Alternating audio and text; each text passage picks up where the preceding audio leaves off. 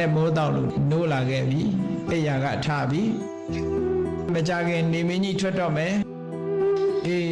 တညတော့ဂုံသွားပြီတော့အခုနေ့လည်းရောက်လာပြီနေ့အခါရောက်လာအရုံကျင်းလို့မိုးလင်းလာပြီဟောနေ့ပိုင်းမှာဆိုလို့ရှိရင်လည်းငါမှသေစရာအကြောင်းတွေအများကြီးရှိနေပါလားအစိတ်ရှိတဲ့တတ္တဝါတွေကြိုက်လို့လည်းသေနိုင်တယ်မတော်တဆလဲကြပြီးတော့လည်းသေနိုင်တယ်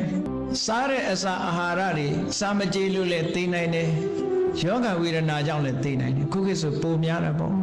နှလုံးယောဂဟတက်တို့ဘာတို့ညာတို့ကလည်းပေါ့သွေးထိုးတို့ဘာတို့ ਨੇ ဒီထဲမှာ accident ဆိုတာတွေကလည်းအများကြီးရှိသေးတယ်နော်အဲ့လိုသေစရာတွေအကြောင်းတွေအများကြီးအဲ့လိုတစ်ခုခုနဲ့သေနိုင်တယ်ကောင်းပြီတစ်ခုခုနဲ့များမတော်တဆငါသေဘေးနဲ့ကြုံသွားလို့ရှိရင်ငါ့ကိုအပေပို့ပြစ်မဲ့အကုသိုလ်စိတ်တွေငါတဏ္ဍာမှာရှိနေသလားလို့တွေးလိုက်ပါ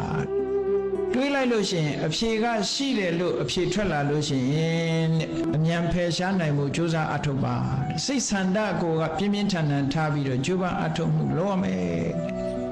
တတိကြီးစွာနဲ့ကြိုးစားအထောက်ရမယ်စင်ញဉဏ်ကြီးစွာနဲ့ကြိုးပမ်းအထောက်ရမယ်ဒါဖယ်ဖို့အရေးတကြီးလုပ်ပါခေါင်းမီးလောင်နေတောင်မငိမ့်နဲ့အောင်အဝတ်မီးလောင်နေတောင်မငိမ့်နဲ့အောင်အဲ့ဒါတွေကအရေးမပါဘူးတဘဝတစ်ခန္ဓာပဲဆုံးရှုံးမယ်အကုသိုလ်တရားရှိရင်တန်တရားပါဆုံးရှုံးမယ်ဒါကြောင့်မို့ဒါတွေမလုပ်နဲ့အောင်အရေးကြီးတာအရင်လုပ်လို့ဆိုဒီတိုင်းဆိုတော့ဘုန်းကြီးတို့တွေကအရေးမကြီးတာကိုအရေးကြီးနေကြတာအရေးကြီးတာကြတော့အရေးမကြီးဘူးဖြစ်နေကြတယ်ဗော